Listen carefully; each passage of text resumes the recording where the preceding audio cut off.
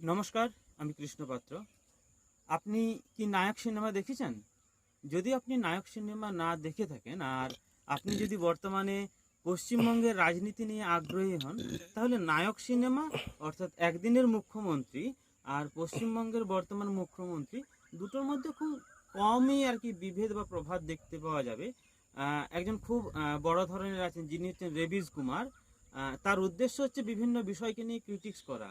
পশ্চিমবঙ্গের রাজনীতির আগে ওনারা বিভিন্ন ধরনের অর্থাৎ কোনো একটা দলের পক্ষপাতিত্ব নিয়ে খুব সুন্দর বলছিলেন, কিন্তু যেই মুহূর্তে শুভেন্দুবাবু অ্যাকশন মোডে আছেন তাদের কিন্তু কোনো রকম আর সোশ্যাল মিডিয়াতে ভিডিও দেখতে পাওয়া যায় না।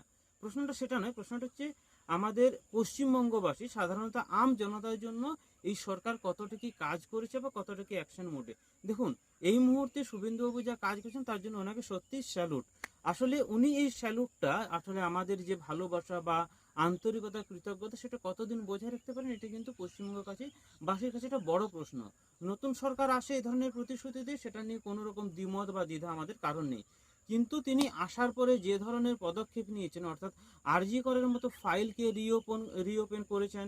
ইলেকশন কমিশন অফ ইন্ডিয়ার পশ্চিমবঙ্গের যিনি প্রধান ছিলেন মনোজ কুমার আগরওয়াল, তাকে সিও হিসাবে নিজের জায়গাতে নিয়েছেন। সুব্রত বাবুকে পার্সোনাল সেক্রেটারি করেছেন। অর্থাৎ এই ধরনের কিছু কিছু যে স্টেপ উঠিয়েছেন। এবং কালকের যদি আপনি নিউজটা দেখেছেন, সেখানে 21 তারিখে ভোট আর কাল ছিল সম্ভবত 19 তারিখ। সেখানে কিন্তু জাহাঙ্গীর খান নিজের নাম তুলে নিয়েছেন কি জন্য? ফলতার শান্তির জন্য। আসলে ভেবে দেখুন, ফলতাতে কিন্তু এতদিন পর্যন্ত শান্তি ছিল, সেটা ছিল জাহাঙ্গীর বাবুর এবং অভিষেকের মাপকাঠি অনুযায়ী, কিন্তু সাধারণ মানুষের মাপকাঠিতে হয়তো শান্তিটা বা খুশির বার্তাটা এইবারে ফিরে আসবে। অর্থাৎ এই সময় যদি আপনি সিরিয়ালের ভক্ত হন বা রিলসের ভক্ত হন, তার থেকে মনে হচ্ছে প্রত্যেকটা মানুষ কার পিছনে ভক্ত জানেন তো?